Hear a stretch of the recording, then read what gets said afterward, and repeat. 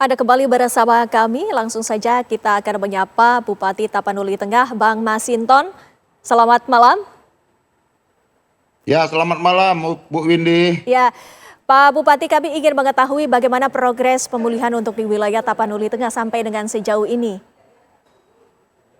Ya, progres pemulihan itu sekarang kami sedang melakukan pembersihan, ya, pembersihan sedimen, baik itu di jalan-jalan, kemudian di kawasan pemukiman juga. Nah, kemudian itu juga di sekitar bantaran sungai atau kali. Nah, jadi ini yang sekarang terus berproses ya dikerjakan supaya lebih cepat begitu. Nah, tentu ini semua perlu dukungan alat-alat berat. Alat-alat berat ini kata kuncinya nih karena kita Baik. nggak bisa mengerjakannya itu secara manual gitu ya karena sedimennya sangat tinggi. Ada di atas 1 meter gitu. Bahkan sawah-sawah juga kemarin kita sudah mulai atas perintah Pak Presiden, Pak Prabowo, melalui Menteri Pertanian Pak Amran Sulaiman, kemarin kita juga sudah lakukan groundbreaking untuk pemulihan lahan-lahan sawah seperti itu. Nah, jadi tahapan-tahapan kepemulihan itu ya kita lakukan terus-menerus dari mulai pembersihan sedimen, gelondongan kayu, baik itu yang ada di jalan-jalan, pemukiman, dan juga sawah maupun ladang warga.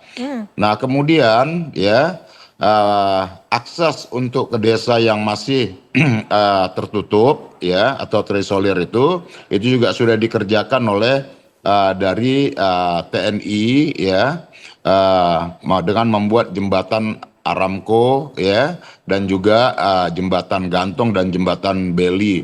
Nah, ini sekarang sedang dikerjakan terus-menerus, artinya kita mempercepat agar nanti akses masyarakat ke desa tersebut tersambung dan kemudian masyarakat yang masih di tenda-tenda darurat itu sekarang sedang kita bangunkan hunian-hunian sementara begitu. Baik. Ini kita memang perlu percepatan-percepatan, apalagi ini menjelang bulan Ramadan, tentunya masyarakat bisa berkumpul sama keluarganya dalam kondisi tidak lagi di tenda-tenda darurat. Nah, kita harapnya seperti itu. Baik. Nah, tentu lagi-lagi memang ini percepatan ini ya harus diimbangi dengan alat-alat berat tadi. Meskipun kami dari pemerintah Kabupaten Tapanuli Tengah juga melalui Dinas Pekerjaan Umum sudah menyewa ada lebih kurang 20-an alat berat, namun itu masih kurang dan sekarang juga sedang kami upayakan tempat-tempat terdekat yang bisa kami mobilisasi, kami sewa alat-alat beratnya seperti itu. Nah, Pak dengan Bupati, adanya alat berat ini, saya lebih optimis dengan alat berat tadi itu bisa mempercepat tuh, mengakselerasi tahapan pembersihan ya menuju pemulihan tadi itu. ya. Nah, kalau alat berat ini lambat, ya pasti memang kita butuh waktu lagi tuh, jadi lebih panjang deh. Sementara kita pengen pulihnya bisa lebih cepat itu. Ya, Gitu. Pak Bupati, ini kan yang diperlukan adalah alat-alat berat. Namun sesungguhnya diperlukan berapa unit lagi agar percepatan pemulihan ini bisa terlaksana dengan baik? Iya, lebih banyak lebih bagus. Ya kalau ada itu ada di atas 80 unit akan Baik. lebih bagus tuh. Sehingga tuh desa-desa, pemukiman dan juga pemukiman ya maupun sawah-sawah yang masih tertimbun sedimen tanah dan juga gelondongan kayu itu bisa cepat dibersihkan. Nah, Baik. sepanjang pembersihan sedimen ini belum bisa kita lakukan, maka masyarakat juga nggak bisa beraktivitas ke rumahnya itu. Ada tuh rumahnya belum belum kategori rusak berat, tapi dia di depannya itu di jalan itu tertimbun sedimen, maka Baik. dia nggak bisa melakukan pembersihan di rumahnya. Jadi kata kuncinya adalah satu di antaranya itu adalah alat berat, Baik. begitu. Baik. Begitupun dengan pembersihan untuk melakukan normalisasi sungai, karena sungai itu dipenuhi oleh sedimen tanah. Jadi kalau hujan sedikit dia langsung meluber tuh masuk ke pemukiman warga. Baik. Nah, kalau pembersihan sedimen ini kan nggak bisa dikerjakan manual, Baik. lagi-lagi dengan alat berat. Baik, Pak Seperti itu, Bupati. Mbak. Ya.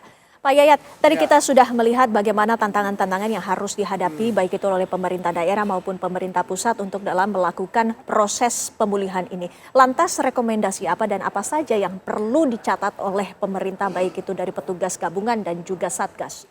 Saya ingin mengkoreksi, menjelang Ramadan itu bukan 2 bulan, 1 bulan lagi. 1 bulan lagi. 1 ya? bulan, ini kan udah tanggal ke-17, Ramadan itu tanggal 18 Februari. Otomatis 1 bulan ini target pertama yang harus kita tuntaskan adalah huntaranya terlebih dahulu. Huntaranya. Karena mengingat tadi dari gambaran yang kita dapat, baik Satgas dari DPR maupun Satgas dari pemerintah, dari BNPB itu mengatakan bahwa masing-masing daerah agak berbeda. Sumatera Barat tadi juga Pak Masinton dari Tapanuli juga sudah mengungkapkan kendala-kendala utama. Di Aceh hampir 4.000. Nah, saya sependapat bahwa langkah pertama satu adalah sesudah huntara adalah percepatan perbaikan infrastruktur. Benar tadi, kendala terbesar adalah sedimennya yang luar biasa. Ini kan banjir lumpur. Tapi kelihatannya kita harus banyak tanya juga sama BMKG ini. Faktor cuaca juga mempengaruhi, maka operasi modifikasi cuaca pun juga menjadi bagian yang tidak terpisahkan. Jadi kalau misalnya ada pekerjaan di bawah, tapi cuaca ini terus-menerus hujan, ini kan agak merepotkan. Maka ada baiknya ya tugas di darat sama tim yang memodifikasi cuaca itu harus menjadi satu kesatuan nih. Jadi kapan pekerjaan berat itu bisa diatasi, kapan cuaca yang bisa menjadi perhatian kita. Mengingatkan sekarang ini hujan cukup rutin ya, artinya kita sekarang ini mengalami musim penghujan sampai sekitar bulan Maret atau bulan berapa. Nah, yang kedua sesudah infrastrukturnya, jadi huntara infrastruktur masuk kepada masalah pemulihan ekonomi. Saya sependapat tadi sama Pak Bupati, Pak Masinton, bahwa harus ada pemulihan ekonomi dalam konteks kalau mereka sudah huntara, kehidupannya dari mana?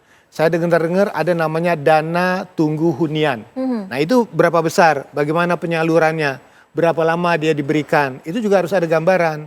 Sampai upaya pemulihan yang terkait tentang pemulihan pertaniannya, perikanannya, atau lapangan usaha lain yang perlu juga segera diperbaiki. Saya juga sependapat ada bagusnya percepatan dari Satgas pemulihan yang dibentuk oleh pemerintah sama Satgas yang dari DPR ini saling memperkuat. Baik. Kan sudah dirapatkan kemarin di Banda Aceh, hindari potensi konflik, hindari segala hal-hal yang mengganggu progresnya. Kemudian tadi membuka ruang komunikasi yang seluas-luasnya kepada teman-teman daerah. Tadi juga dikatakan dari daerah kami butuh misalnya alat-alat berat. Tapi pertanyaannya kalau alat berat nanti dikirim bagaimana operasionalnya, tenaganya, biayanya, dan siapa yang akan turun di lapangan. Dan bagaimana kita memetakan tingkat kekritisan wilayah. Tadi betul, ada rumah saya masih bagus nih. Tapi saya nggak bisa akses, jadi saya nggak bisa apakah saya dapat huntara atau tidak. Nah itu kan menjadi tantangan. Jadi kelihatannya menurut saya sesudah huntara infrastruktur ekonomi nanti pada rehabilitasi kesehatan dan pendidikan. Karena bukan apa-apa. Bulan Ramadan tuh bagi teman-teman kita, saudara-saudara kita di sana itu agak berat kan. Tinggal huntara, kemudian juga ibadah puasa. Dalam kondisi itu menurut saya support dari pemerintah yang meyakinkan bahwa huntara ini hanya sementara. Sampai suatu saat Anda akan dilayani, difasilitasi dengan huntap yang lebih pasti. Di samping dengan upaya pemulihan. Nah yang paling menarik adalah tentang terminisasi waktunya. Kan warga pasti akan bertanya nih, di huntara saya berapa lama? Iya, sampai kapan? Sampai kapan? Ini kan kalau nunggu terlalu lama, kalau bahasa kita itu kan andilau ya, antara dilema dan kegalauan. Nah, kegalauan itu yang harus kita hilangkan ketika pemerintah berani memberikan garansi kapan ini selesai, kapan ini progres itu. Jadi ketika ada kepastian, mereka nyaman dan optimis. Saya sependapat bahwa kata cepat itu menarik. Tapi cepat juga perlu ada kepastian dalam arti kapan kami mendapatkan jawaban sehingga pemulihan itu bisa terjadi buat mereka. Karena sekali lagi Ramadan ini memang bulan khusus, apalagi nanti ada Idul Fitri dan sebagainya, maka mau tidak mau pemulihan secara psikologis pun perlu kita perkuat di dalamnya. Baik. Pak Abdul, ini berbicara satu poin dulu mengenai modifikasi cuaca. Apakah dari BNPB juga telah melakukan sinergi bersama BMKG dan juga untuk mengatasi adanya curah hujan yang tinggi melanda di 3 provinsi di sana? Untuk operasi modifikasi cuaca ini masih terus kita lakukan dan kita sudah lakukan ini sejak tanggal 28 November hingga hari ini. Jadi kita berhenti kita lakukan dan beberapa kali kami sampaikan bahwa operasi modifikasi cuaca di Sumatera ini merupakan operasi modifikasi cuaca dengan armada paling besar yang pernah kita kerahkan di sepanjang pengalaman kita melakukan OMC di Indonesia. Kita mengerahkan 9 pesawat secara langsung, 3 pesawat per provinsi.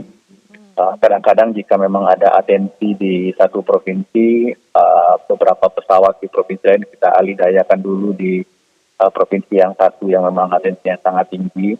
Tetapi memang untuk operasi modifikasi cuaca ini kita berupaya untuk meminimalkan hujan di puncak musim hujan ya. Ada beberapa setidaknya ada 3 minggu hingga 3,5 minggu yang kita bisa dengan baik mentiadakan hujannya di puncak musim hujan, tetapi juga ada beberapa 2,5 minggu diantaranya ini kita tidak bisa mentiadakan, tetapi bisa mengurangi intensitas hujannya. Nah, permasalahannya memang ketika hujannya tetap turun, meskipun itu dengan intensitas menengah, kapasitas daya tampung dari saluran-saluran air yang saat ini ada itu sudah tidak maksimal.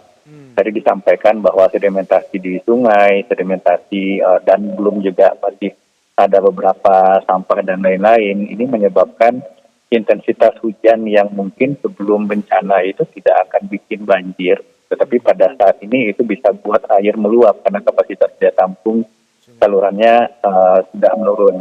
Nah, ini yang kita lakukan juga kita kerjasama dengan Kementerian PU dan Satgas TNI. Kita juga mempercepat normalisasi sungai di titik-titik yang kita identifikasi sebagai sumber luapan.